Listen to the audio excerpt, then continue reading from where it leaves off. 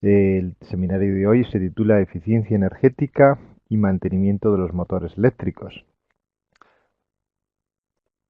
Mi nombre es Roberto Poyato y soy el responsable de soporte técnico de Fluke para España, Portugal e Italia. Les dejo mi correo electrónico y mi teléfono móvil por si en algún momento tienen alguna cuestión técnica, alguna duda sobre instrumentación que deseen consultar. Mi correo es roberto.poyato@fluke.com y mi teléfono móvil 690-681-750 con el prefijo 34 para los que llamen desde fuera de España. Bueno, pues vamos a comenzar este seminario y vamos a hacer una pequeña introducción a la eficiencia energética de los motores. Veremos después algunas de las características principales de los motores eléctricos. Vamos a hablar sobre la medida de potencia eléctrica en la entrada. Hablaremos también sobre la medida de potencia mecánica en la salida. Hablaremos sobre el análisis de la eficiencia de un motor. Y finalmente revisaremos algunas prácticas típicas de mantenimiento asociadas con los motores eléctricos. ¿De acuerdo? Si lo desean, al final del seminario ampliaré la ventana del chat y en ese momento podrán realizar eh, todos aquellos comentarios, preguntas sobre el seminario.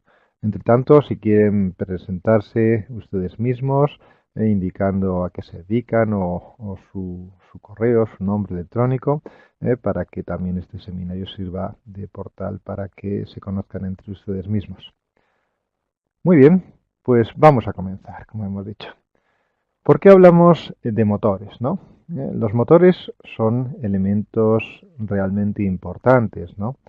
La electricidad es una fuente de energía básica para la industria y en este sentido los motores representan 2/3 del consumo de esta energía, ¿no? Es decir, los motores consumen 2/3 de la energía eléctrica mundial. Por tanto, los motores eléctricos encabezan, como indicamos aquí, la lista de oportunidades para ahorrar energía, ¿no? Los motores antiguos e ineficientes van a seguir existiendo, aunque, como saben, existen ya normativas para que los motores nuevos sean de alta eficiencia, ¿no? Pero seguirán existiendo motores antiguos, ¿no? Durante muchos años, a la vez que se incorporarán nuevos motores de mayor eficiencia, ¿no? Incluso estos, a pesar de que en teoría son más eficientes, pues no siempre van a trabajar en las condiciones óptimas, ¿no? Y por ese motivo, pues al final van a desperdiciar más energía, ¿no? La comprobación sistemática y periódica de los motores eléctricos puede proporcionar una información que es muy valiosa sobre el rendimiento energético de estos y en general de la planta, ¿no? De una planta industrial. Y en este sentido, cada vez está más implantadas las normativas ISO 50001 para la eficiencia energética de las empresas, ¿no? Por lo tanto, verificar la eficiencia de los motores puede formar parte de ese proceso de certificación de la empresa a nivel energético. Gracias a esta verificación, como decimos, de los motores, se podrá ahorrar energía y reducir los costes de mantenimiento y reparación y minimizar las interrupciones de los procesos, ¿no? Por lo tanto, eficiencia energética, mantenimiento, productividad, está todo interrelacionado. Y como vemos en el gráfico inferior, los motores, al ser unos consumidores tan importantes de energía, deberían ser un objetivo claro para la eficiencia energética. Muy bien.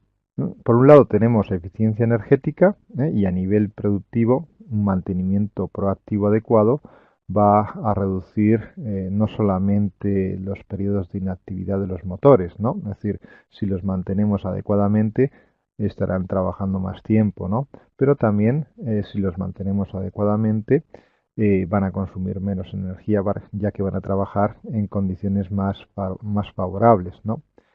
También una mayor capacidad de localización de averías en una planta industrial supone un mayor tiempo de actividad. Es decir, Si no sabemos cómo inspeccionar los motores, pues difícilmente vamos a poder mantenerlos, ¿no? Tenemos que conocer las técnicas adecuadas para mantenerlos, para conocer su estado y de esta forma para alargar su vida, alargar su actividad y mejorar su eficiencia energética. Muy bien, existen tres factores importantes que influyen en la eficiencia energética de un motor. Por un lado, la clase de eficiencia energética del motor. Por otro lado, la carga del motor, es decir, la carga mecánica acoplada al motor. Y por otro lado, otro aspecto también importante que es la desclasificación del motor. ¿De acuerdo? Bueno, todo el mundo conoce más o menos la composición de un motor, ¿no? Aquí tenemos una imagen, porque, digamos, esta imagen nos va a servir posteriormente para analizar diferentes tipos de motor, de problemas, ¿no? El motor va a estar compuesto por un estator, va a estar compuesto por un rotor en general. Este rotor va a estar soportado por unos rodamientos y el conjunto pues estará, digamos, apoyado en el eje, ¿no? Que será el que transmita la energía a la máquina que mueve. Muy bien. Clasificación de los motores de acuerdo a su eficiencia energética. Cada vez más motores eléctricos proporcionan en la placa de características su valor de eficiencia. Muchas veces no aparece, sobre todo en motores viejos, ¿no? Donde la placa de especificación está muy limitada en cuanto a los diferentes parámetros que ofrece, ¿no? Este número o este parámetro muestra la eficiencia con la cual el motor convierte la energía eléctrica en energía mecánica. Al final, el motor es una máquina que convierte una energía en otra, convierte la energía eléctrica que toma la red en una energía mecánica de movimiento, por ejemplo, en una bomba. Los motores se clasifican en diferentes niveles de eficiencia, dependiendo de su construcción. Cuanto mayor sea la clase, mayor será la eficiencia y menor, por tanto, será la energía necesaria para su funcionamiento. En este sentido, podemos definir dos sistemas de clasificación ampliamente utilizados. Por un lado, el sistema IEC y por otro lado, la norma NEMA, ¿no? IEC va a definir motores IE1, IE2, IE3, IE4.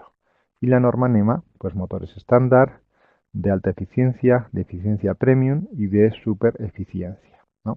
Y en la tabla inferior derecha tenemos una comparativa de cómo estas dos formas de clasificar, digamos, se pueden comparar, ¿no?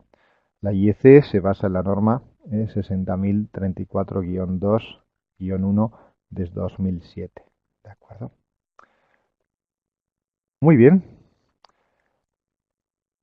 La sustitución de un motor de clase inferior por uno de mayor eficiencia, por tanto, va a exigir una cierta inversión, porque estos normalmente tienden a ser un poco más caros que los motores, digamos, cuanto mayor sea su eficiencia, normalmente van a tender a ser más caros debido a que utilizan elementos de mayor coste, ¿no? Pero hay que tener en cuenta también el gráfico que aparece en la parte inferior, ¿no? Tenemos que analizar cuáles son los costes de un motor. Por un lado está el coste de compra, ¿no? Pero también están, digamos, los costes de inactividad, el coste del consumo de la energía, etcétera, etcétera. Es decir, teniendo en cuenta que el coste de compra, el coste de capital inicial representa aproximadamente solo el 1% del coste total a lo largo de la vida de un motor, supongamos por ejemplo 10, 15 años, ¿no?, de vida útil, ¿no? Entonces, el coste de la energía representa prácticamente el 90% del coste total del motor. En este sentido, los fabricantes de motores de alta eficiencia indican que vale la pena invertir en motores con una alta eficiencia energética. Es decir, no debemos pensar solo en el coste del motor como el coste de compra, sino también el coste de la energía. ¿Cuánto va a costarnos la operación del motor? Si utilizamos un motor de alta eficiencia, consumirá menos energía y por tanto el coste global del motor será menor en comparación con un motor que consuma más energía para realizar el mismo trabajo. Muy bien, una vez que ya conocemos que existen diferentes tipos de motores, diferentes clasificaciones de motores, vamos a analizar el estado de carga del motor. Y en este sentido, el estado de carga del motor representa la relación entre la capacidad del motor y la carga mecánica. Y podemos pensar en tres situaciones básicas. Primero, un estado de sobrecarga. El motor es demasiado pequeño para el trabajo que desempeña.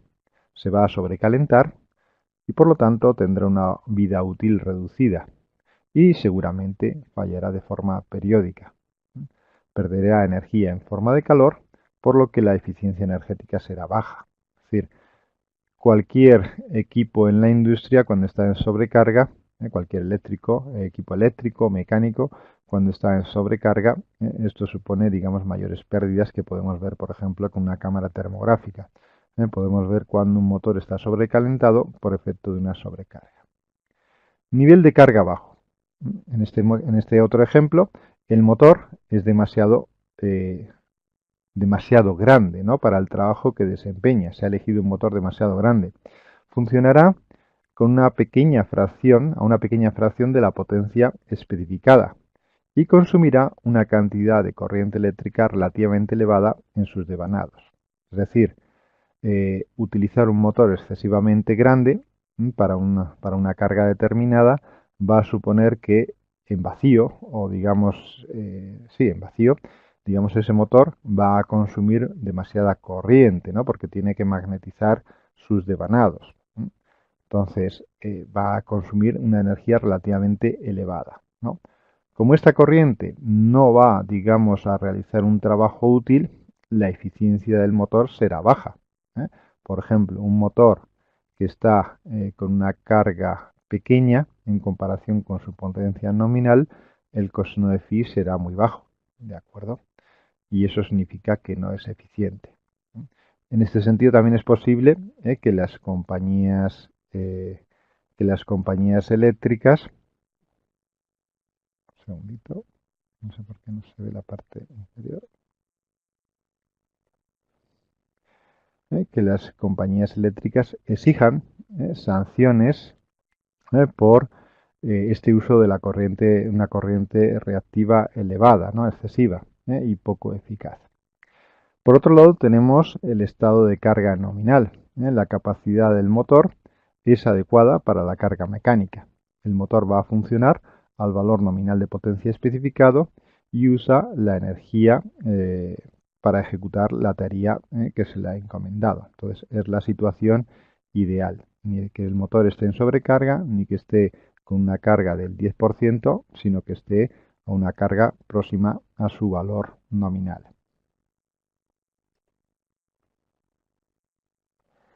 Muy bien, vamos a hablar ahora de la desclasificación del motor. ¿De acuerdo? La desclasificación de un motor supone que tiene que utilizarse por debajo de la potencia especificada debido, por ejemplo, a la mala calidad del suministro eléctrico. Es decir, un motor, en sus características, aparecerá una potencia nominal determinada, una capacidad para suministrar una potencia determinada. Sin embargo, en determinadas circunstancias, ese motor no va a poder proporcionar esa potencia total, ¿de acuerdo? Entonces, lo que decimos es que el motor se tiene que desclasificar. Es decir, la desclasificación del motor implica una reducción también de su eficiencia. Y hay cuatro factores principales que provocan esta desclasificación. Por un lado, desequilibrios de la tensión. Un motor trifásico va a estar alimentado con tres tensiones diferentes, las tres tensiones de fase. Y estas tres tensiones deberían tener un valor próximo.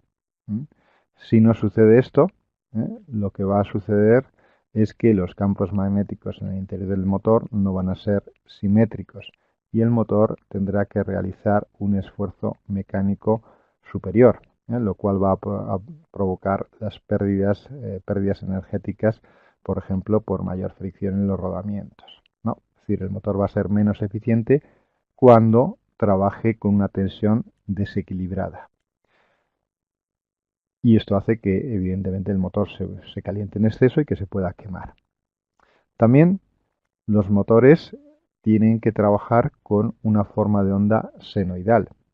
Si la tensión que alimenta al motor está distorsionada, es decir, si hay armónicos de frecuencias múltiplos de 50 o 60 hercios en el caso de, por ejemplo, de redes en Estados Unidos, en el caso de que tengamos estas deformaciones de la forma de onda senoidal, lo cual quiere decir que tenemos armónicos, se van a producir pares inversos. Por ejemplo, el armónico número 5 tiende a hacer girar los motores en sentido contrario, lo cual supone que lo está frenando, ¿no? En comparación con la onda senoidal de 50 hercios. Esto va a dar lugar a pérdidas, nuevamente nuevas pérdidas por tensiones internas en los devanados y va a hacer que se caliente el motor en exceso, lo cual nuevamente va a afectar a la eficiencia del motor. Sobre tensiones y tensiones inferiores a la tensión nominal. Es decir, los motores están diseñados para proporcionar una potencia a una tensión determinada. Si la tensión se reduce o se eleva, las condiciones de trabajo van a cambiar, ¿no? Por lo tanto, esto va a afectar también a la especificación del motor. En ambas situaciones se va a disminuir también la eficiencia del motor. Y finalmente, se puede desclasificar también un motor debido a la alta temperatura que éste adquiere. Por ejemplo, una ventilación deficiente puede dar lugar a un incremento de la temperatura en el motor. Entonces, si un motor está trabajando a una temperatura elevada, no va a ser capaz de proporcionar toda su potencia. Tendremos que reducir la carga de este motor para que no llegue a una temperatura crítica en la cual el aislamiento de los devanados se deteriore y se puedan producir, por ejemplo, cortocircuitos. ¿De acuerdo? Entonces tenemos que considerar también estos diferentes aspectos que pueden desclasificar el motor. Bueno, como en cualquier proceso, ¿no? También podemos hablar de la eficiencia del motor. Y en este sentido, la eficiencia del motor estará dada por la relación que tenemos entre la potencia mecánica de salida, la potencia mecánica que entrega el motor a la máquina, por ejemplo, a una bomba o un ventilador, y la potencia eléctrica, que demanda el motor de la red. ¿De acuerdo? Entonces tenemos una entrada a la izquierda de electricidad, una salida a la derecha en forma de trabajo útil y mecánico, y luego tenemos diferentes formas de pérdidas de energía. Entonces, hay un balance, digamos, entre la energía tomada y la energía utilizada. Y ese cociente entre la potencia mecánica de salida y la potencia eléctrica de entrada es lo que nos define la eficiencia del motor. Muy bien, pues ya podemos empezar a tratar de medir esa eficiencia o tratar de considerar cómo de eficiente está trabajando un motor, ¿no? Y para eso tenemos que medir el consumo eléctrico del motor.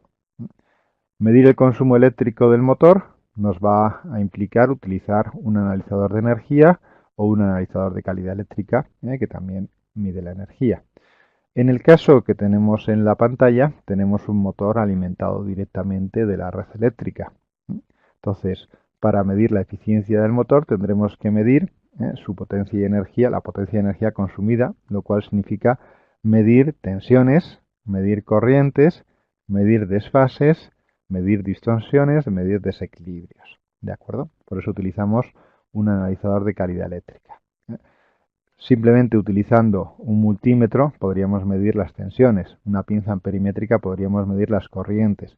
Multiplicando ambos valores obtendríamos la potencia aparente, pero una pinza normal no mide desfases, por lo tanto no podemos medir los kilovatios, por ejemplo, no podemos medir la reactiva, de ahí que utilicemos un analizador de energía. En este caso, como estamos alimentando directamente de la red, las tensiones que vamos a medir, como nos muestra el gráfico de la parte superior de la pantalla, son tensiones senoidales, la tensión directamente de la red. Y en la parte inferior veríamos también que las corrientes son más o menos senoidales. Un motor, al estar compuesto por bobinas, es una carga lineal, entonces tensiones y corrientes tienden a ser senoidales, ¿de acuerdo? Y en este caso la frecuencia será de 50 Hz. Por lo tanto, no vamos a tener ningún problema para obtener todos los valores típicos que utiliza un analizador de calidad eléctrica, ¿no? En este sentido, tenemos que verificar que la tensión de la red está dentro de ese más o menos 10% de tolerancia que nos permiten las normas, por ejemplo la N50-160, de acuerdo, de calidad eléctrica. Si vemos que la tensión está fuera de este más o menos 10%, entonces podríamos considerar que puede haber un problema para el motor, que el motor no va a estar trabajando en las condiciones adecuadas.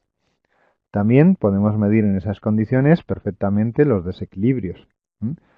Los desequilibrios nos van a indicar, la medida del desequilibrio nos va a dar un porcentaje. Entonces, ese porcentaje, de acuerdo a la norma N50-160, debe ser inferior al 2%, ¿de acuerdo? Si el desequilibrio es superior al 2%, esto va a causar un calentamiento excesivo en el motor, lo cual va a cortar su vida y va a hacer que trabaje de forma menos eficiente. También tenemos que considerar posibles desequilibrios en la corriente. Si la tensión está equilibrada, pero la corriente está desequilibrada, eso quiere decir que puede haber problemas internos en el motor. Podemos tener espiras cortocircuitadas, podemos tener diferentes problemas en su interior que haga que el motor no consuma corriente por igual en las tres fases. Por lo tanto, también es importante verificar el equilibrio no solamente en la tensión, sino también en la corriente. Y finalmente tenemos que verificar la distorsión armónica, verificar que la tensión que le llega al motor no está distorsionada, ¿de acuerdo? Entonces la norma nos habla de un 8%, pero si ya nosotros estamos midiendo y es superior al 6%, esto ya puede ser un indicador de que podemos tener un problema con los motores. Por lo tanto, es importante realizar este tipo de análisis básicos que en principio no debería suponer ningún problema porque tenemos el motor conectado a la red y en ese sentido pues las ondas que tenemos son senoidales o prácticamente senoidales. Muy bien. Otro problema que podemos tener es verificar el coseno de phi y el factor de potencia de ese motor. ¿De acuerdo? Como se indica más abajo, la energía es la capacidad para realizar un trabajo, ¿no? Y la potencia es la velocidad con la que se consume esa energía, es decir, es energía entre tiempo. Cuando tenemos el motor conectado directamente a la red, digamos que como hemos visto anteriormente, vamos a tener ondas de tensión y de corriente prácticamente senoidales. Entonces, como se muestra en la imagen, vamos a poder verificar desfases entre esas ondas. Como vemos, digamos, en estos gráficos, cuando tenemos una resistencia, tensiones y corrientes están en fase, es decir, los máximos coinciden y los pasos por cero también coinciden. Sin embargo, cuando tenemos cargas inductivas o capacitivas, se produce un desfase entre los máximos, es decir, el máximo de la corriente no coincide con el máximo de la tensión, ¿de acuerdo? Tanto para cargas inductivas como para cargas capacitivas. Y esto da lugar a que aparezca otro tipo de potencia que llamamos potencia reactiva, ¿de acuerdo? Entonces, definimos el coseno de phi como este desfase.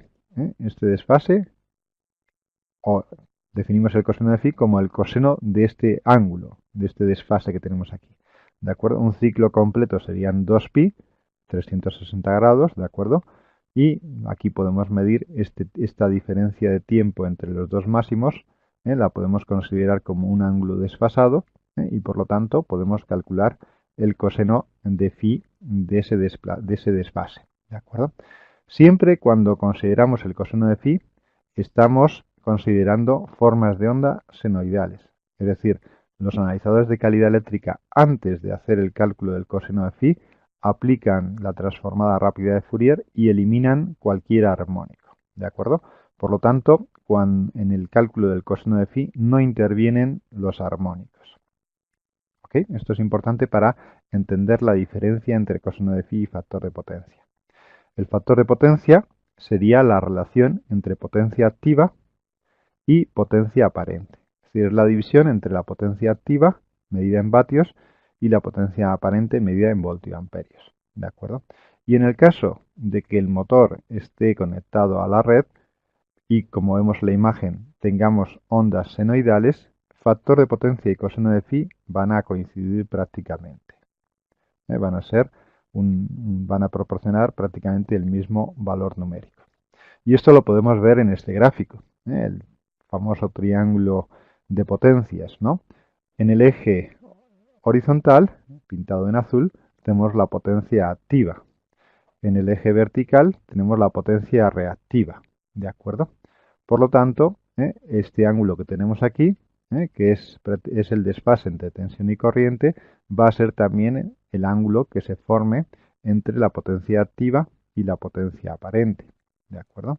De ahí que el coseno de phi y factor de potencia coincidan cuando no tenemos armónicos. Entonces, en este caso solamente tenemos potencia activa y potencia reactiva asociada a las bobinas.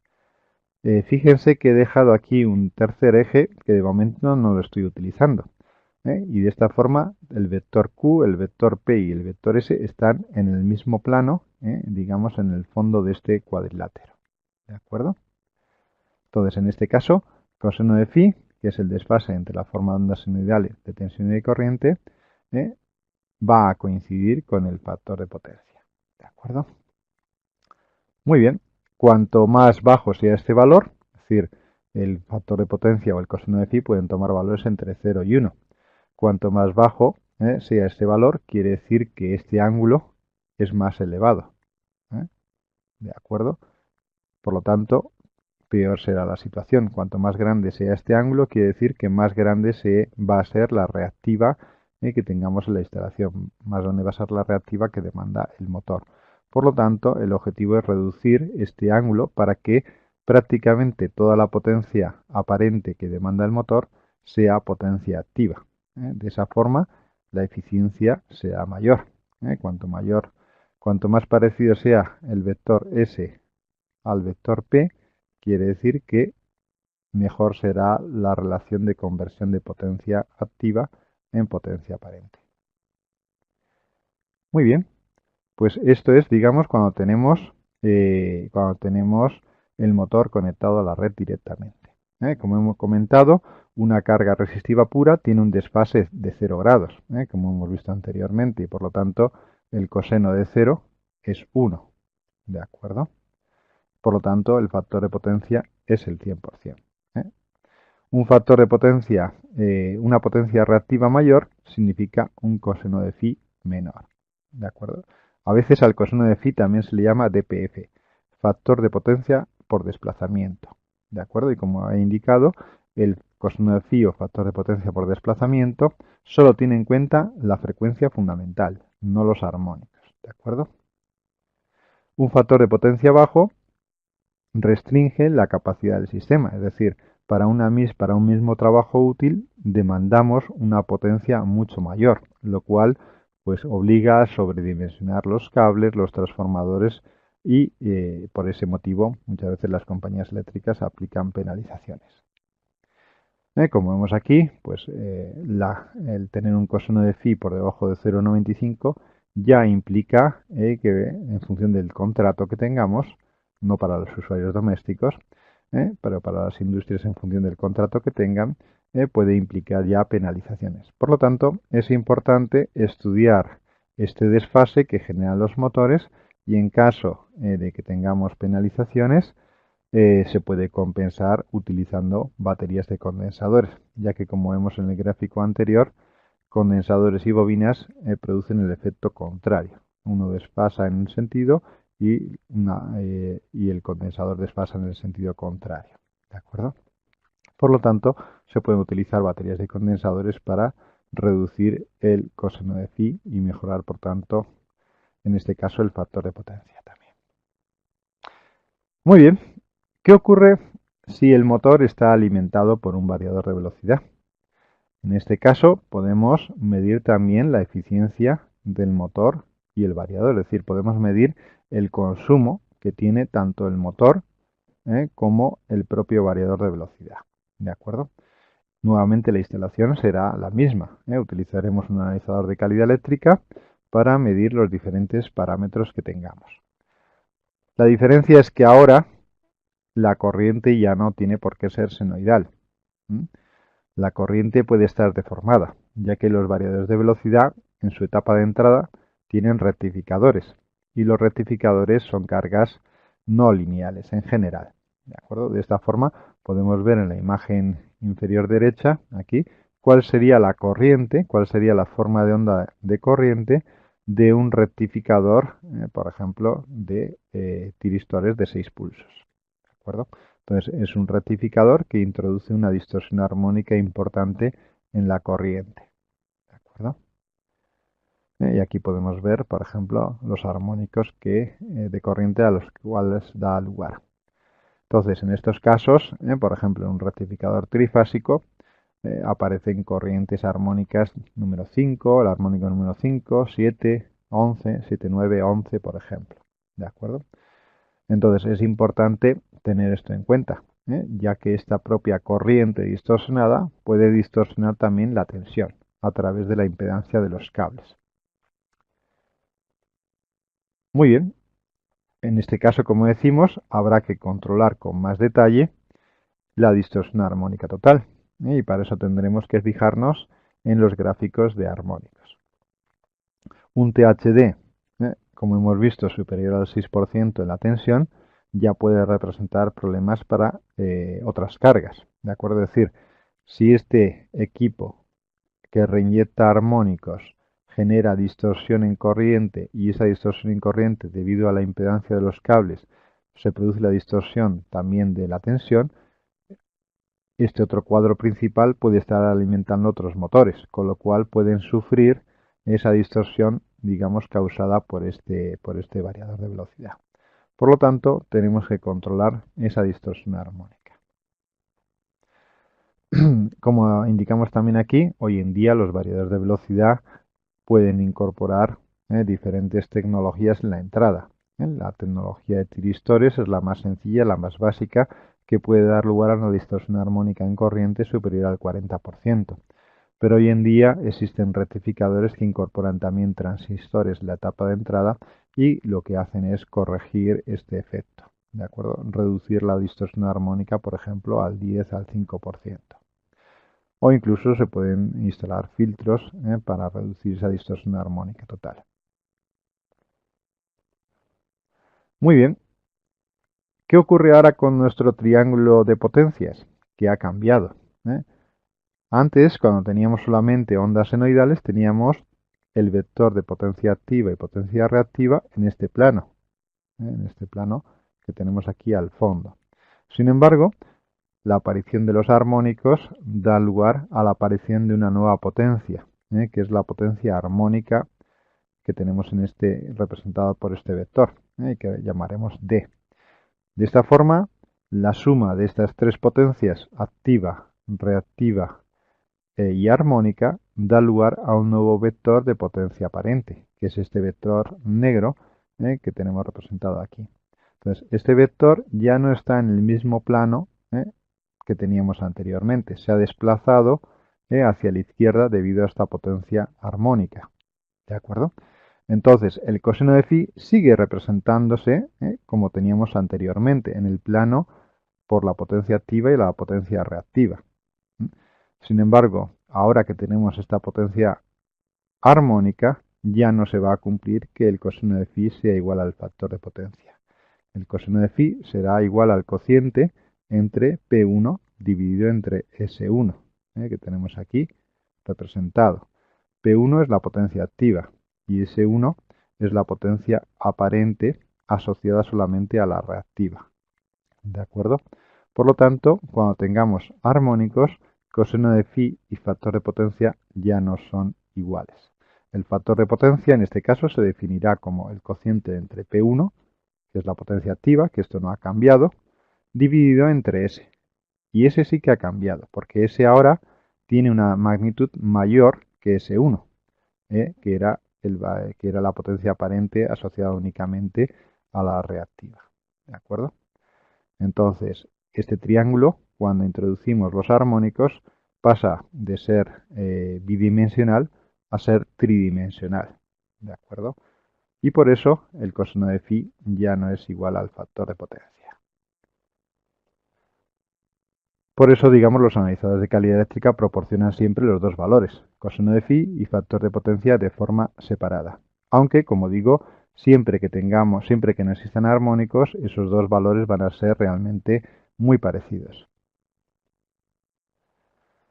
Muy bien, y aquí tenemos representado pues todos los parámetros asociados a la potencia, ¿no? Ya sabemos medir la potencia activa, la potencia aparente, la potencia reactiva, el factor de potencia, el coseno de phi, etcétera, etcétera. Incluso los analizadores de calidad eléctrica de Fluke son capaces de medir, como vemos aquí, energía directa y energía inversa. Es decir, son capaces de ver qué parte de la energía fluye, digamos, hacia el motor y qué parte de la energía fluye hacia la red, porque hoy en día podemos encontrarnos variadores que sean regenerativos, es decir, que puedan reutilizar parte de la energía de frenado de los motores y reinyectarla en la red para reducir el consumo.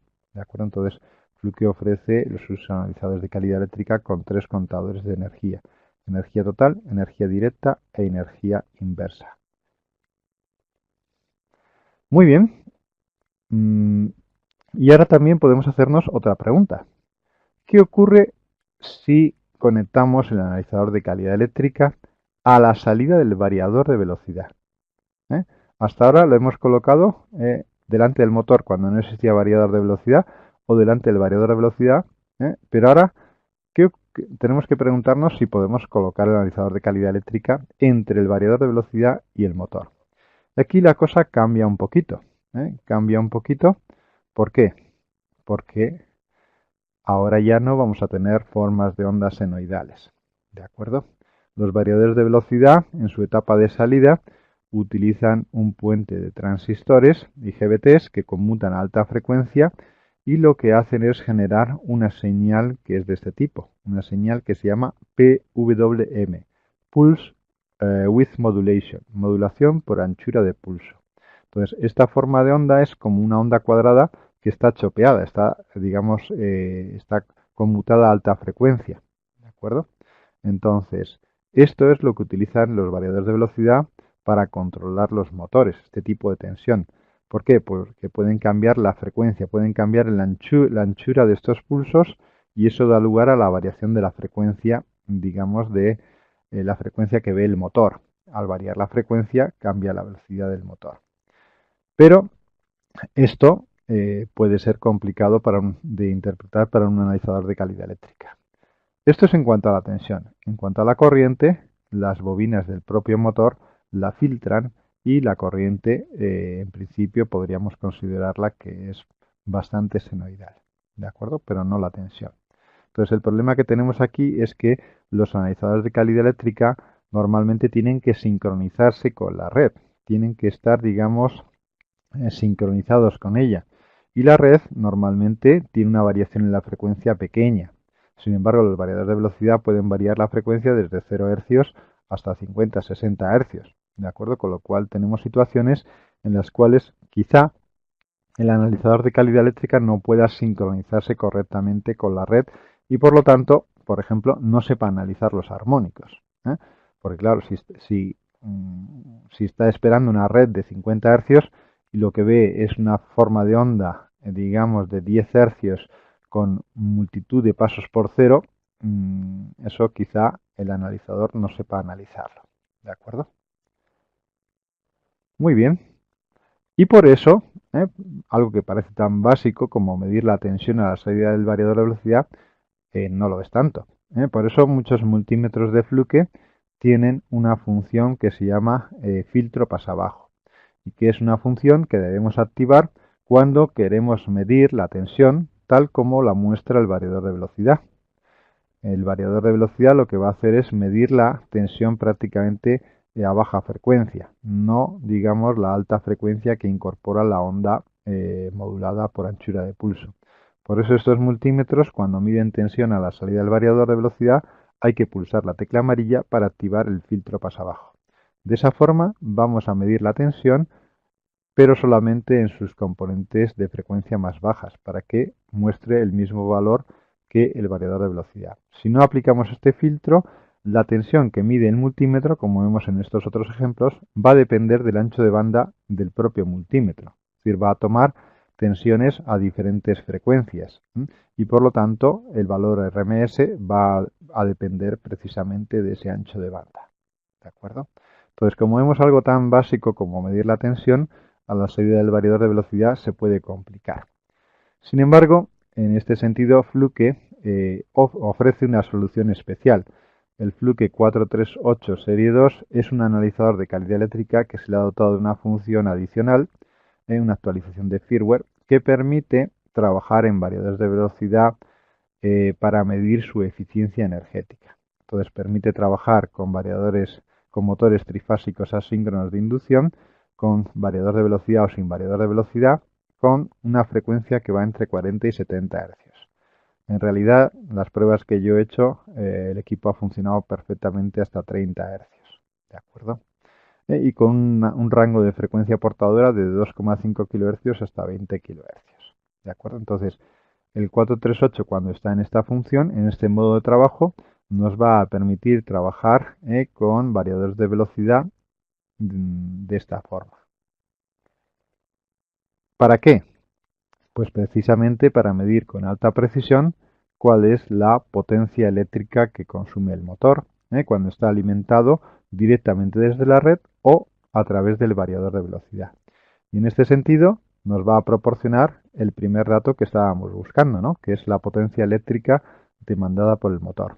También nos va a proporcionar el factor de potencia, que es importante, y también nos va a proporcionar cuáles son los desequilibrios de acuerdo a la norma NEMA y también cuál es la distorsión armónica de acuerdo a la norma NEMA, ya que esta norma la vamos a utilizar para analizar el estado de carga del motor. Por lo tanto, ya tenemos potencia eléctrica, desequilibrio, factor de potencia y distorsión armónica, que eran los parámetros que nos condicionaban la desclasificación del motor. ¿De acuerdo? Y esto ya lo podemos hacer tanto cuando el motor está conectado directamente a la red como cuando está alimentado directamente por una señal PWM a través de un variador de velocidad. Muy bien, ya hemos visto el primer parámetro. Ahora podríamos preguntarnos si esa potencia que demanda el motor es demasiado elevada o no. Y para eso tendremos que verificar las características del motor. Tendremos que ver la placa de especificaciones del motor, donde nos van a aparecer, por ejemplo, la referencia del fabricante, nos va a aparecer la potencia nominal del motor. La potencia nominal del motor ya va a ser, digamos, una forma, nos va a permitir comparar ese dato que estamos midiendo con la capacidad de ese motor. También podemos medir la corriente podemos ver el valor de corriente a plena carga, la velocidad del motor, por ejemplo, la clase de aislamiento, el tipo de diseño NEMA, esto va a ser importante también, NEMA o IEC, como hemos visto anteriormente también. Nos va a permitir, digamos, ver el factor de servicio, es decir, el factor de sobrecarga.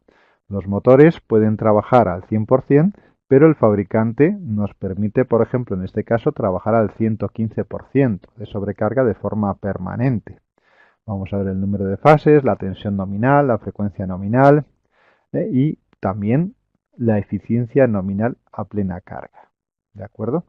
Y también, por ejemplo, cuál es la potencia del motor en arranque. Diferentes parámetros importantes para hacer esa comparativa. Ya hemos medido la potencia eléctrica, el factor de potencia, hemos medido parámetros eléctricos, ahora tenemos que empezar a comparar esos parámetros eléctricos con lo que nos dice el fabricante. ¿De acuerdo? Porque cada parámetro va a tener un efecto sobre el rendimiento general del motor. Y en este sentido, como hemos hablado, el motor primero lo vamos a vamos a elegir el motor en función de la cantidad de la carga que queramos conectar, ¿no?, a ese motor, ¿no? También lo vamos a tener que elegir en función de las temperaturas a las cuales va a trabajar ese motor, ¿de acuerdo? Por lo tanto, tenemos que elegir el motor de forma correcta, teniendo en cuenta también la eficiencia de ese motor, como hemos visto, ya que el mayor coste del motor no es el precio inicial, sino que va a ser el coste de la energía. Muy bien, entonces, hemos visto que los motores los podemos clasificar por dos organismos diferentes.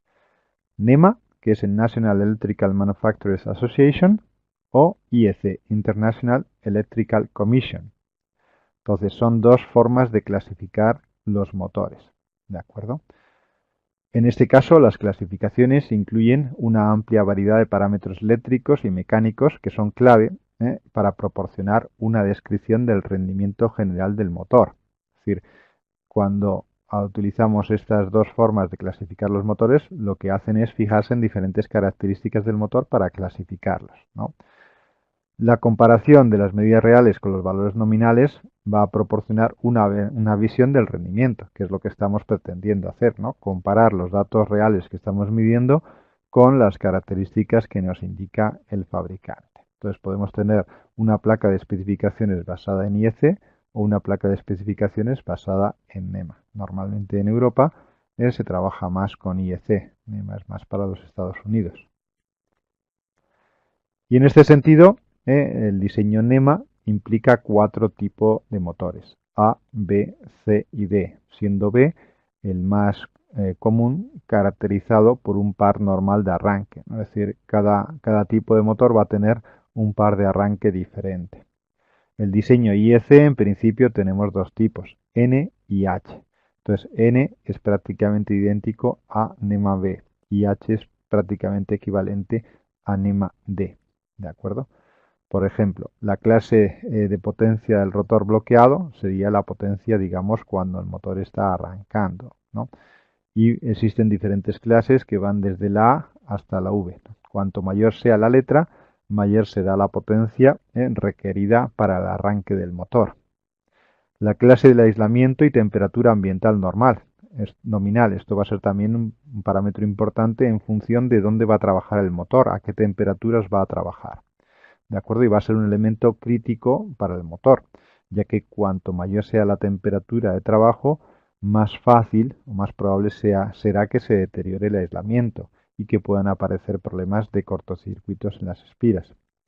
Y el factor de servicio, como hemos visto, es la capacidad de sobrecarga del motor permitida, de forma que no tenga un impacto significativo en la vida, es decir, que es la sobrecarga permanente a la cual puede estar sometido el motor. ¿De acuerdo? Muy bien, pues ya conocemos la potencia eléctrica, ahora nos falta conocer la potencia mecánica, ¿no? Para saber la eficiencia, para hacer ese cálculo de dividir en potencia mecánica entre potencia eléctrica. Y tradicionalmente la medida de la potencia mecánica ha requerido de sistemas o sensores que midan el par, ¿de acuerdo? El torque, el par, que es como la fuerza para los sistemas que están girando. Y esto significaba instalar sensores de par entre el motor y la máquina, lo cual pues implica una cierta complejidad, un coste adicional, ¿de acuerdo? Y un sistema, digamos, instalado que mida la potencia, la energía y potencia asociadas proporcionada por este sensor, ¿de acuerdo? Con lo cual, pues las aplicaciones en las cuales se instalan este tipo de sensores, pues son realmente limitadas, ¿no? Muy bien, ¿qué alternativa tenemos? Pues podemos utilizar otro tipo de tecnología más avanzada. Hoy en día es posible medir el par, la velocidad de giro del motor y la potencia mecánica de un motor simplemente estudiando las formas de onda de corriente y de tensión, es decir, estudiando cómo consume la corriente y cómo se establece la relación entre tensión y corriente, es posible determinar estos parámetros mecánicos. ¿Qué equipo puede hacer esto? El Fluke 438 Serie 2. Es un equipo basado en la serie 435, es decir, el hardware es el mismo, pero tiene una función nueva, ¿de acuerdo? Entonces, este equipo lo que va a permitir es simplemente conectando las ondas de tensión y de corriente, como en cualquier motor para medir su potencia eléctrica, pero va a permitir medir también el par, el torque, va a permitir medir la velocidad de giro, va a permitir medir la potencia mecánica. De esa forma ya vamos a poder ya vamos a poder tener la capacidad de medir la eficiencia del motor. Como estamos hablando de tecnologías diferentes, por un lado la utilización de sensores y por otro lado la utilización de sondas de corriente para medir las características de los campos magnéticos en su interior, tenemos que comparar esas dos tecnologías. Y el resultado que ha obtenido Fluke es que la diferencia entre utilizar un sensor y utilizar esta nueva tecnología introducida por Fluke es menor del 2%. Incluso, dado que las medidas no se hicieron simultáneamente, consideramos que el error es inferior al 2%. Es decir, son resultados realmente muy fiables, pero con la ventaja de que no hay que no hay que instalar ningún sensor de par. Simplemente utilizando un analizador de calidad eléctrica como lo utilizamos normalmente para medir potencias eléctricas. Muy bien, pues cuando utilizamos el analizador de calidad eléctrica Fluke 438 podemos medir precisamente eso. Podemos medir el par, como vemos en esta pantalla. Podemos medir aquí el par, ¿de acuerdo? Podemos medir la potencia mecánica, podemos medir las revoluciones por minuto y como el equipo ya tiene la potencia eléctrica, ya puede medir también la potencia eléctrica de la salida de variadores de velocidad o directamente nos va a dar la eficiencia del motor. ¿De acuerdo? ¿Por qué aparecen diferentes colores? Porque al equipo le podemos también dar los datos que aparecen en la placa de especificaciones del motor. De esa forma va a poder comparar no solamente los datos medidos, sino también los va a poder comparar con los datos del fabricante. Y en este sentido nos va a poder proporcionar con estos gráficos de colores si realmente el motor está en sobrecarga o no está en sobrecarga. Entonces va a ser una herramienta muy útil para medir la eficiencia del motor y medir su estado de trabajo. La eficiencia dividiendo potencia mecánica entre potencia eléctrica. Muy bien, pero esto no es todo. Hemos hablado que los motores puede que tengamos que desclasificarlos en función de cuál es la alimentación que tienen. Entonces, cuando utilizamos un motor directamente conectado a la red eléctrica, es decir, no utilizando un variador de velocidad, además de la eficiencia, el analizador Fluke 438 nos proporciona este gráfico tan interesante. Este gráfico se basa en la normativa NEMA, que es aplicable, como hemos visto, a todos los motores. Y lo que nos va a indicar es cuánto digamos, el estado de funcionamiento del motor. ¿Qué significa esto? Que el motor, digamos, en función de la carga, podrá desplazarse sobre este gráfico en forma vertical, ya que en el eje vertical tenemos la carga mecánica. Pero también se puede desplazar horizontalmente en función de cuánto de desclasificado esté el motor. Y esa desclasificación hemos visto que está en función de los desequilibrios, del valor nominal de la tensión y de los armónicos. Eso quiere decir que un motor, por ejemplo, que esté al, por ejemplo, 80% de carga mecánica, puede desplazarse a lo largo de la derecha cuando la alimentación es incorrecta y puede llegar a la zona de sobrecarga permanente o incluso llegar a la zona roja donde está ya en sobrecarga que ya no es admisible por el motor. De esta forma podemos dejar el analizador midiendo el estado del motor y veremos cuál es el estado de funcionamiento del motor en función de cómo evoluciona la carga, cómo evoluciona la red eléctrica. De esta forma vamos a poder conocer realmente si un motor está en sobrecarga o no, no solamente debido a la carga mecánica, sino también debido a otros parámetros como la alimentación eléctrica. Muy bien, pues con todo esto ya tenemos una herramienta muy potente para medir la eficiencia del motor. ¿De acuerdo? Y de esta forma saber el estado de su salud y conocer si merece la pena, por ejemplo, sustituir un motor determinado por uno de alta eficiencia o analizar un motor de alta eficiencia nuevo y verificar que realmente está, digamos, trabajando con esa eficiencia. Como hemos visto, cuando el motor no trabaja con variador de velocidad, la norma NEMA nos permite hacer estos cálculos. ¿eh? Y conocer exactamente el estado de funcionamiento del motor. Como he dicho, puede ser que un motor esté al 50% de carga, pero en función de las condiciones de alimentación podría estar sobrecargado, es decir, habría que desclasificarlo un determinado valor para que siga en la zona azul. ¿De acuerdo? Entonces, esta es una herramienta muy potente para las empresas que trabajan con motores para conocer su estado. Muy bien, todo lo que hemos visto al final de eficiencia energética nos permite hacer ese cálculo, obtener un valor numérico que nos diga el estado de funcionamiento del motor. Cuanta más baja sea la eficiencia del motor, más se va a calentar y más lo vamos a ver, por ejemplo, caliente utilizando una cámara termográfica. ¿De acuerdo? Por lo tanto, la diferencia entre el hacer trabajar un motor dentro de las especificaciones del fabricante o fuera va a ser importante, ¿no?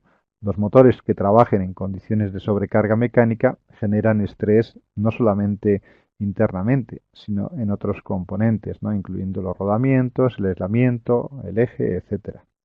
Y trabajar en este estado acortará la vida de los motores y reducirá la fiabilidad de los mismos.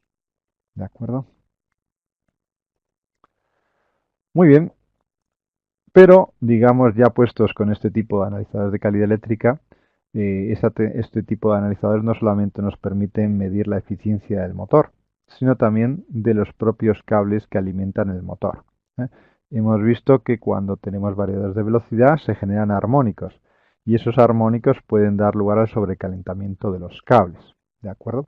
Por eso este tipo de analizadores incorporan también lo que llamamos la calculadora de pérdidas de energía para los cableados, que lo que hacen es medir realmente cuál es la potencia activa, reactiva, de desequilibrio y armónica, y introduciendo, digamos, datos del cableado, su longitud, sección, materiales, si es cobre o aluminio, nos van a permitir obtener cuáles son, digamos, las pérdidas en vatios que tenemos en los cables debido a reactiva, debido a desequilibrios, debido a armónicos, o incluso también el coste que estas pérdidas suponen en euros. De esta forma podremos determinar primero si es más importante o si es más necesario instalar una batería de condensadores para compensar la reactiva o instalar un filtro contra armónicos para contrarrestar la distorsión armónica. El impacto, digamos, lo vamos a poder ver también a nivel económico. Por lo tanto, digamos que la eficiencia energética la podemos aplicar no solamente al motor, sino también a los cables que alimentan el motor. Muy bien, pues ya conocemos o ya sabemos cómo medir la eficiencia energética de los motores. Tenemos que tener en cuenta que esa eficiencia se va a ver afectada por el mantenimiento que hagamos en los mismos. Por lo tanto, es importante localizar las averías, determinar el estado de funcionamiento del motor cuanto antes, para poder solucionar los problemas y reducir el consumo y también alargar la vida del motor. ¿De acuerdo? Entonces, nos tenemos que preguntar que cómo debemos gestionar, digamos, ese mantenimiento, ¿no? Bueno, hemos visto que la reducción de la eficiencia y de la potencia efectiva del motor va a depender de la calidad de la alimentación, va a depender del nivel de carga mecánica acoplada al motor, va a depender del estado interno del motor. Por ejemplo, tenemos que hacer medidas de aislamiento, verificar las corrientes de alta frecuencia, o podemos tener problemas mecánicos en rodamientos, desequilibrios, alineamiento, holguras, ¿no? Problemas típicos en máquinas que giran. Esto ya lo hemos visto, ¿no? La influencia de la calidad de la alimentación. Tenemos que verificar si la tensión nominal, por ejemplo, son 400 voltios, cuánto se desvía. La distorsión armónica en tensión es superior al 6-8%, en los desequilibrios en tensión, etcétera. ¿De acuerdo? Entonces aquí podemos, por ejemplo, podemos ver a la derecha cómo hemos introducido los datos de la especificación del motor, cuál es su potencia nominal, cuál es su velocidad de giro nominal, cuál es su tensión nominal, su corriente nominal, frecuencia nominal, coseno phi nominal, factor de servicio nominal y cuál es la norma, digamos, la norma de construcción del motor. Con todos estos datos, el analizador Fluke 438 nos va a poder dar esta indicación de colores sobre el estado, digamos, del motor. ¿De acuerdo? Porque hace esa comparativa de forma automática con los datos proporcionados por el fabricante. Verificar el cableado del motor es importante, ¿no? Tendremos que medir, por ejemplo, las conexiones, verificar el aislamiento y, por ejemplo, con la termografía también nos va a permitir detectar problemas de conexionado, ¿no? Muchas veces los motores, por la vibración, se sueltan las bornas o se van aflojando las bornas en la caja de conexiones y eso da lugar a puntos calientes que podemos detectar con las cámaras termográficas. La medida de aislamiento es básica, es importantísima, ¿eh? Como hemos visto, los motores se calientan y esa temperatura lo que va a hacer es que se deteriore el barniz, el aislamiento que tienen los devanados para aislarlos. Por lo tanto, tenemos que verificar esa medida de aislamiento, tenemos que hacer esa medida de aislamiento, ¿no? Como vemos aquí, un desequilibrio de corriente puede estar producido por un mal cableado o problemas de aislamiento en el motor, ¿eh? Para comprobar si el motor tiene problemas de aislamiento, debemos desconectarlo. No se puede hacer esta prueba con tensión, ¿de acuerdo? Podemos medir el aislamiento del motor, ¿de acuerdo? Retirando los puentes de interconexión para hacer diferentes pruebas. Incluso podríamos medir también la resistencia de cada devanado con un equipo apropiado, en medir esa pequeña resistencia para compararla y ver si tenemos espiras cortocircuitadas. Entonces, cuando falla el aislamiento, tenemos lo que llamamos rotura del aislamiento, ¿eh? En los devanados se deteriora el aislamiento y se producen, por ejemplo, cortocircuitos entre las espiras. Entonces esto da nuevamente a un problema de calentamiento. Entonces lo que tenemos que hacer es verificar el aislamiento. ¿Y cómo lo verificamos? Pues con un medidor de aislamiento. Lo que haremos es aplicar una tensión elevada entre el cobre de un devanado y, por ejemplo, tierra. ¿De acuerdo? En teoría, no debería, digamos, circular ninguna corriente porque el cable está aislado. Sin embargo, como tenemos problemas de aislamiento, aparecen pequeñas corrientes de fuga de esa tensión que aplicamos. Como el equipo mide la tensión y mide la corriente, dividiendo tensión entre corriente, vamos a poder medir la resistencia del aislamiento. ¿eh? ¿De acuerdo? Entonces lo que podemos hacer es guardar esos datos de las pruebas y verificar cómo ese aislamiento va reduciéndose hasta que llega un momento en que ese aislamiento tiene un valor demasiado bajo. Entonces habrá que reparar el motor. ¿De acuerdo? Muy bien.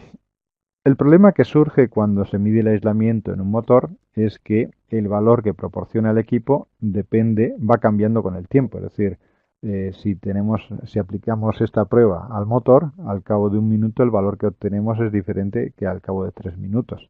Entonces, no sabemos qué valor quedarnos, ¿no? Por ejemplo.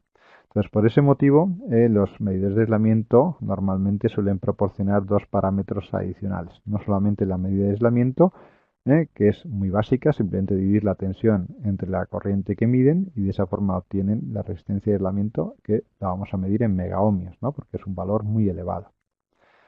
Entonces, como digo, el problema es que ese valor puede depender del tiempo, ¿de acuerdo?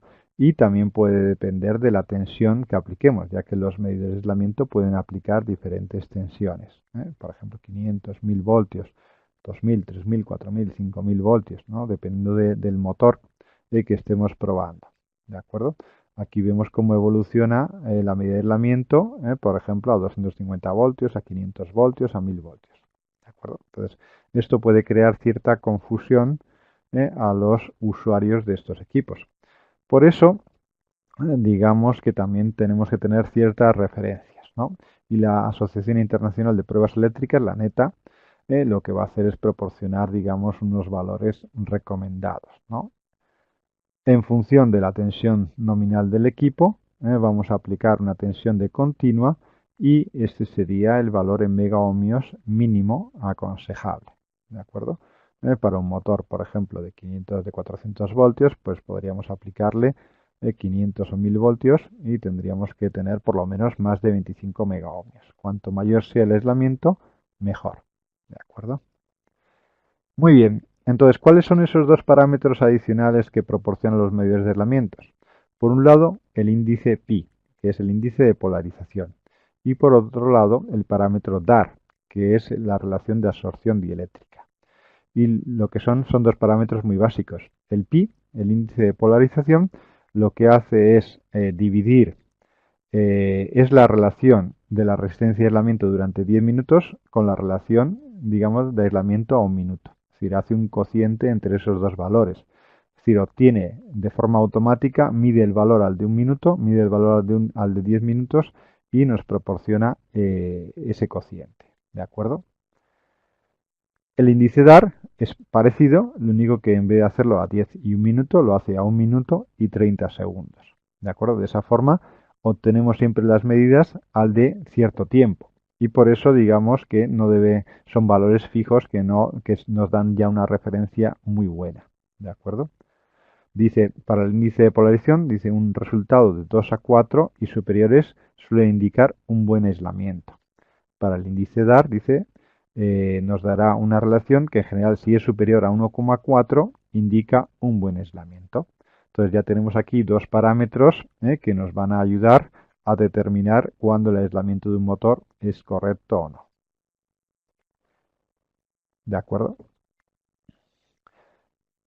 Aquí tenemos también otra referencia en función de la clase de aislamiento. Clase A del motor, clase B, clase F, clase H.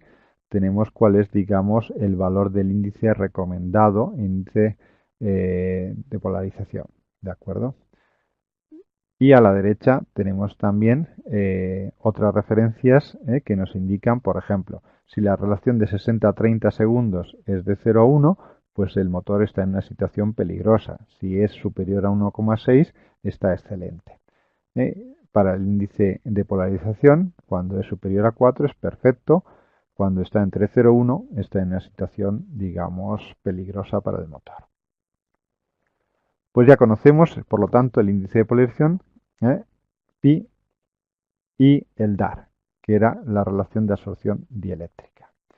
También otros medidores de aislamiento lo que proporcionan es la posibilidad de obtener la medida de aislamiento aplicando rampas de tensión. ¿De acuerdo? Es decir, vamos a aplicar una rampa de forma automática y vamos a ver cuál es el resultado que proporciona el equipo. ¿De acuerdo? Entonces, simplemente es para que vean que existen diferentes técnicas en función del medidor de aislamiento. Muy bien, eso en cuanto a la parte, digamos, más eléctrica del motor. En cuanto a problemas mecánicos, hemos visto que los motores son sistemas mecánicos, por lo tanto, están compuestos, por ejemplo, por rodamientos, para soportar el eje y permitir el giro del eje. Entonces, los rodamientos van a ser elementos clave para el funcionamiento de los motores. Y aquí tenemos que tener en cuenta que un rodamiento con problemas reduce la eficiencia de los motores. Por eso ya hay rodamientos de alta eficiencia, ¿no? Y tenemos que tener en cuenta que el 13% de los fallos en los motores están causados por problemas en los rodamientos.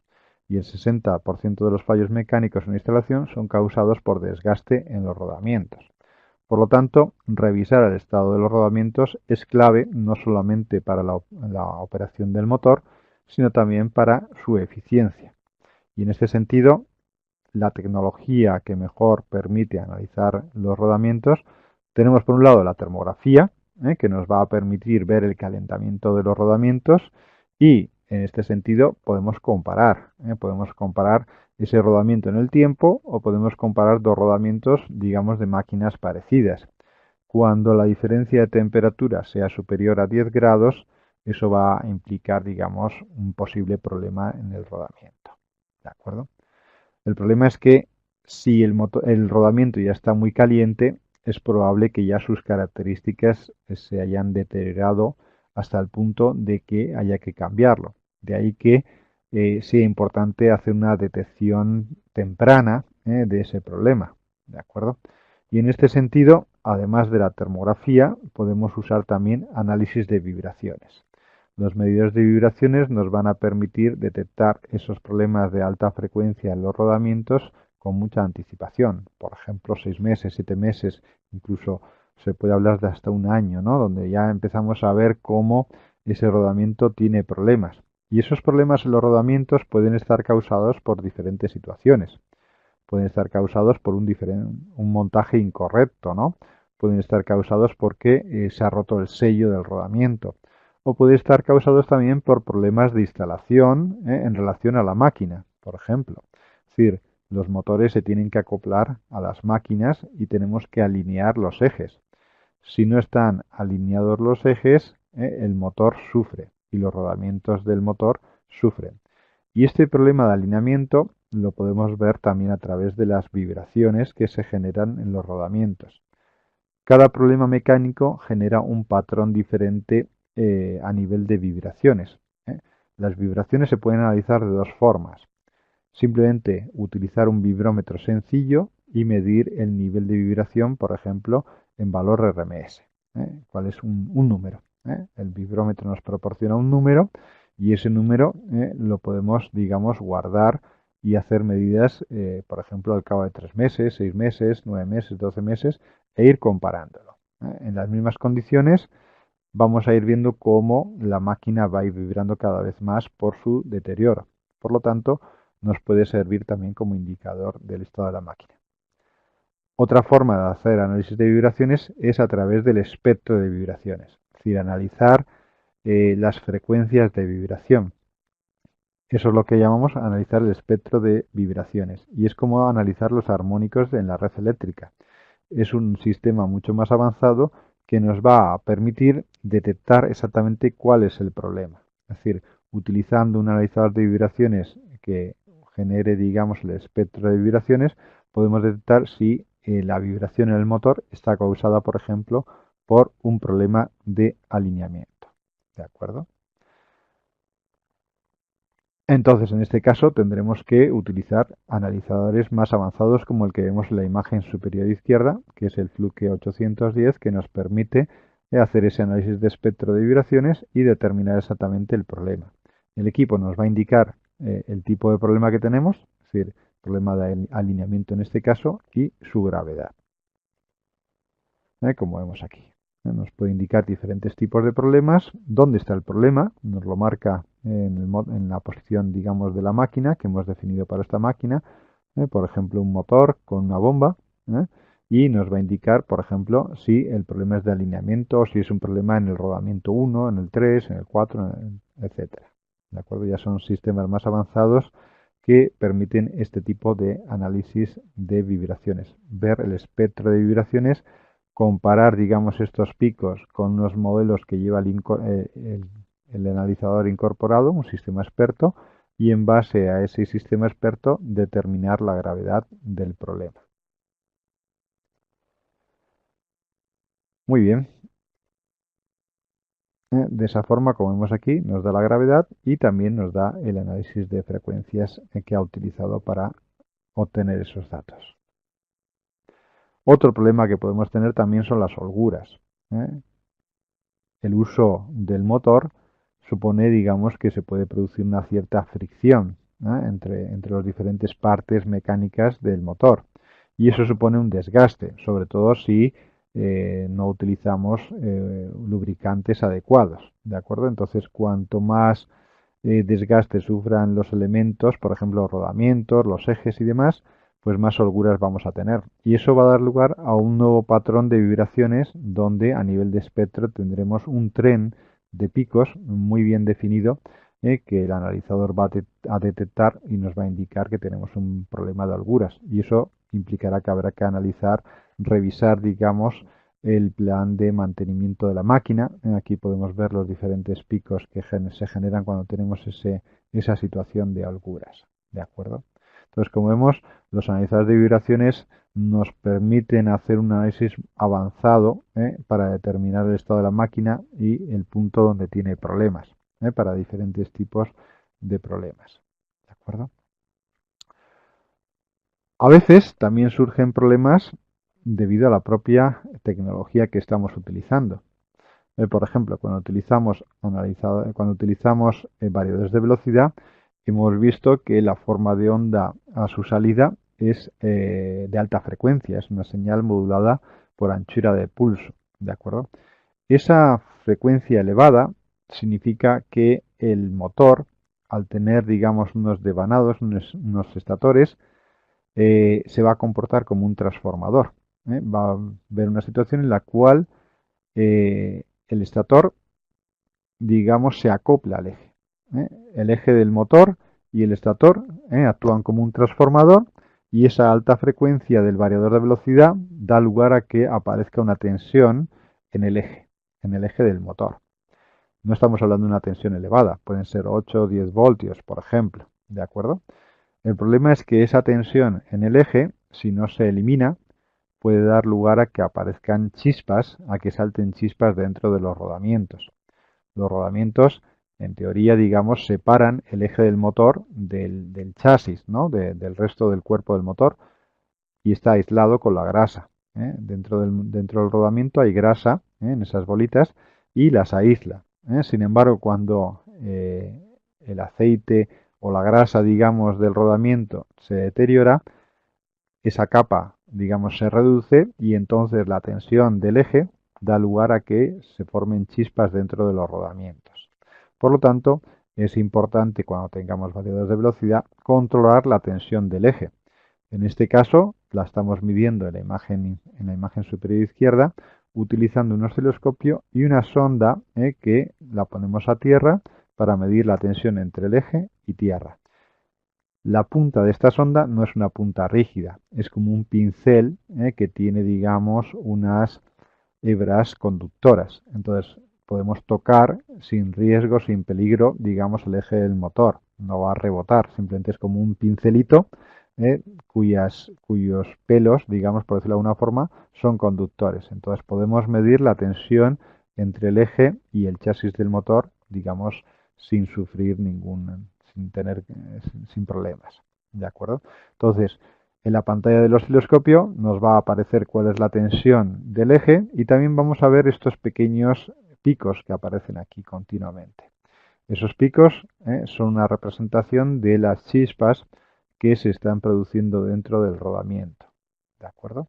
Entonces, si nos aparece este tipo de gráficos cuando estamos trabajando con un variador de velocidad, eso va a ser una indicación de que podemos tener un problema futuro en los rodamientos, porque cada vez que salta una chispa dentro del rodamiento, eso es como un punto de soldadura, es un deterioro, digamos, del canal de rodadura del rodamiento.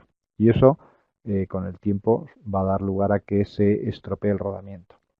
Por eso muchos fabricantes de motores ya, digamos, incorporan este tipo de sistemas que vemos aquí. Simplemente es un accesorio que se le acopla al eje del motor, se fija al motor y por este lado interno, aunque no se vea, ahí aparecen, digamos, unas escobillas que rozan suavemente el motor y que lo que hacen es conducir, digamos, esa tensión a tierra, para que no salten las chispas dentro del motor. Entonces son simplemente unos elementos, aquí podemos ver esas escobillas pequeñitas que rozan suavemente el eje del motor y que lo ponen en conducción con tierra. De esa forma, a través de los rodamientos ya no saltan las chispas y evitamos ese problema, digamos, en los rodamientos.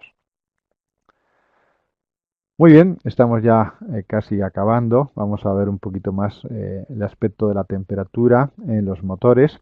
Como hemos hablado, digamos, todos los problemas de ineficiencia dan lugar a sobretemperaturas, calentamiento excesivo y como vemos aquí, 10 grados por encima de la temperatura máxima recomendada por el fabricante puede dar lugar a la reducción de la vida del motor a la mitad.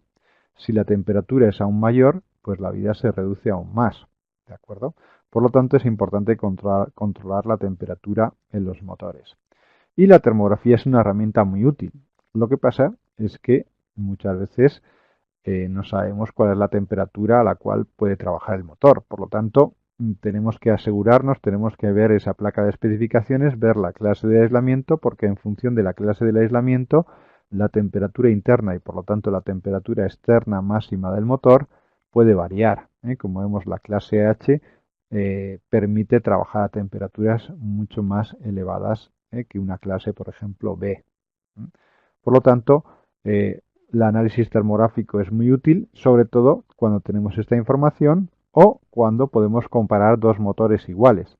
Si vemos dos motores iguales en las mismas condiciones con una diferencia de temperatura de 10-15 grados, eso puede ser un indicador de que tenemos un problema en uno de los motores.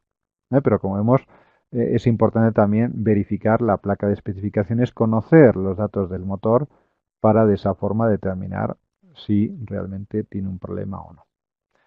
Ya para acabar, pues... Nota posgrabación. Como no puedo volver al pasado, y tal como me hicieron notar durante la sección de preguntas, habrán visto en la diapositiva anterior que la columna de temperaturas externas era superior a la de temperaturas internas. Obviamente esto es un error. Las temperaturas externas tienen que ser inferiores a las internas. El error es debido a que dichas temperaturas externas estaban indicadas en grados Fahrenheit y no en grados Celsius, por lo que adjunto diapositiva corregida. Perdonen las molestias y continuamos con la grabación. Simplemente me gusta hacer muchas veces esta comparativa, este ejemplo que pongo en otros casos, donde relacionamos mantenimiento y eficiencia energética. Por ejemplo, antes de reparar un motor, antes de reparar una máquina, siempre recomiendo medir el consumo. Medir el consumo de esa máquina y una vez reparada, por ejemplo, un problema de alineamiento de ejes que hemos detectado a través de un analizador de vibraciones y con una cámara termográfica, una vez que está ya reparado esa máquina, volver a medir el consumo. ¿Por qué? Porque podemos descubrir variaciones del consumo, por ejemplo, de un 3%. Un 3% no parece mucho, pero cuando estamos hablando de motores grandes, un 3% pues puede suponer, por ejemplo, un ahorro de 8.000 euros al año y una reducción de CO2 importante. Por lo tanto, es importante ligar mantenimiento con la eficiencia energética y hacer medidas también de consumos eléctricos cuando hagamos reparaciones. Ya para acabar, simplemente mostrarles los diferentes productos Fluke que pueden utilizar para el mantenimiento. Hoy en día las cámaras termográficas han reducido muchísimo sus precios, sus costes, y existen cámaras termográficas básicas a precios asequibles, ¿no? Por supuesto, existe una gran gama de cámaras termográficas en función de la resolución del sensor, en función de si el enfoque es automático, es fijo, manual, en función de las capacidades de mezclar la imagen visual con la imagen termográfica, etcétera, etcétera. Igualmente, los analizadores de calidad eléctrica y energía existe una gran variedad.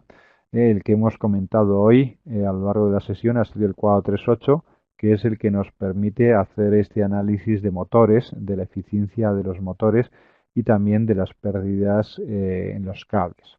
¿De acuerdo?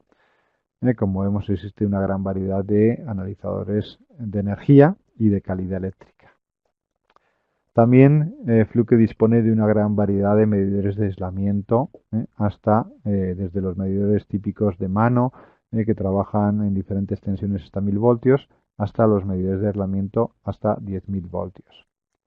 Y también una amplia variedad de equipos para análisis mecánicos, desde vibrómetros básicos como el Fluke 805 o un analizador de vibraciones basado en espectro con un sistema experto que proporciona no solamente el valor numérico, sino también una diagnosis y una indicación de dónde está el problema y cuál es su gravedad. Alineadores de ejes por láser y también sistemas para medir la velocidad de giro de los motores sin contacto.